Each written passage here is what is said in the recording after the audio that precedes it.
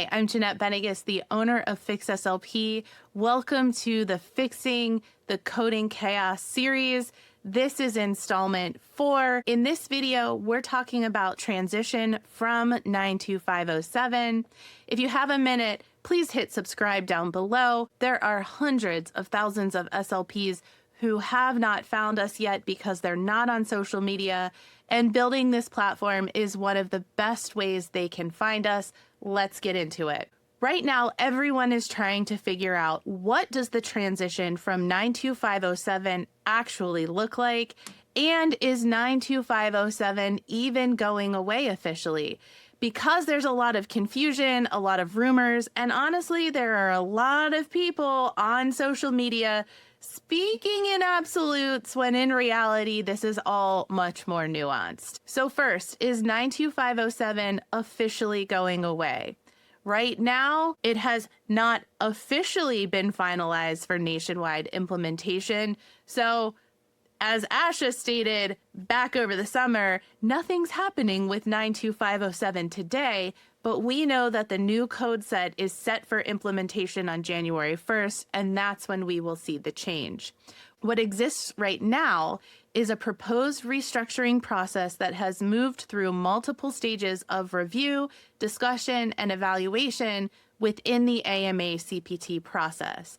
And that's important. Proposals, recommendations, and the panel discussions are not the same thing as nationwide implementation for operation. A lot of people are understandably asking, what does this transition look like, and can we delay it by a year? No, we cannot delay it by a year. The AMA is set on this process, and they are not willing to bend implementation starting January 1st.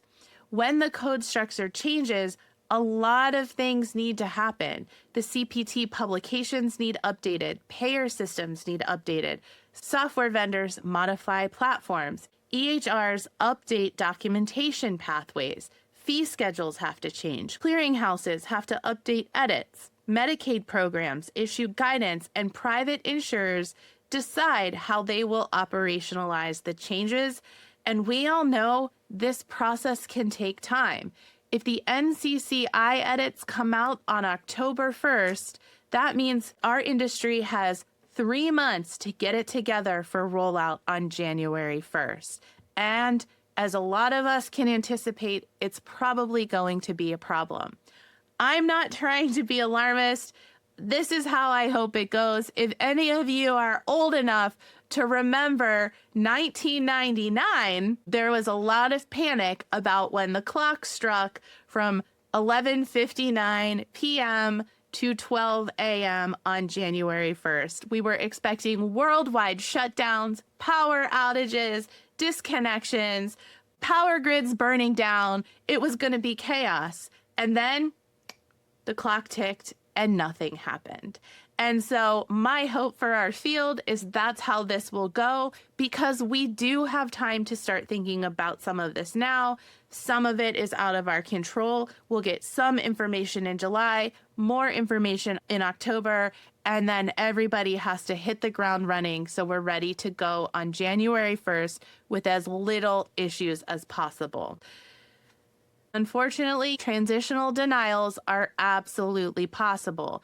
Not because clinicians are necessarily doing something wrong, but because payer systems, edits, and interpretations do not always update smoothly or consistently. We've seen this historically across healthcare with other coding transitions, and that's one of the reasons so many clinicians are emphasizing the importance of education right now. The more people understand descriptor language, timing rules, add-on structures, documentation expectations, and payer implementation timelines, the better position they'll be to navigate what comes next.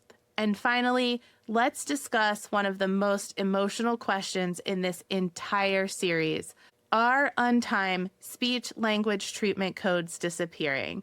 What's being debated right now is not simply speech therapy exists or doesn't exist. The real issue is structure. Specifically, will the profession move away from broad, integrated, untimed treatment models towards the more segmented timed coding structures. The distinction matters enormously, and that answer is yes. The codes have been approved. If they are accepted and valued by CMS, it's happening. We do still have some untimed codes like the dysphagia code and feeding, but we aren't going to know how those interact with the new code set until the NCCI edits are released. I've been asked, are those codes next? The answer is, we don't know, but I wouldn't be surprised if down the road those also get changed. So I hope you found this video helpful. If you have more questions, please ask them in the comments below. Don't forget to share and subscribe, and we'll see you in the next one. Bye.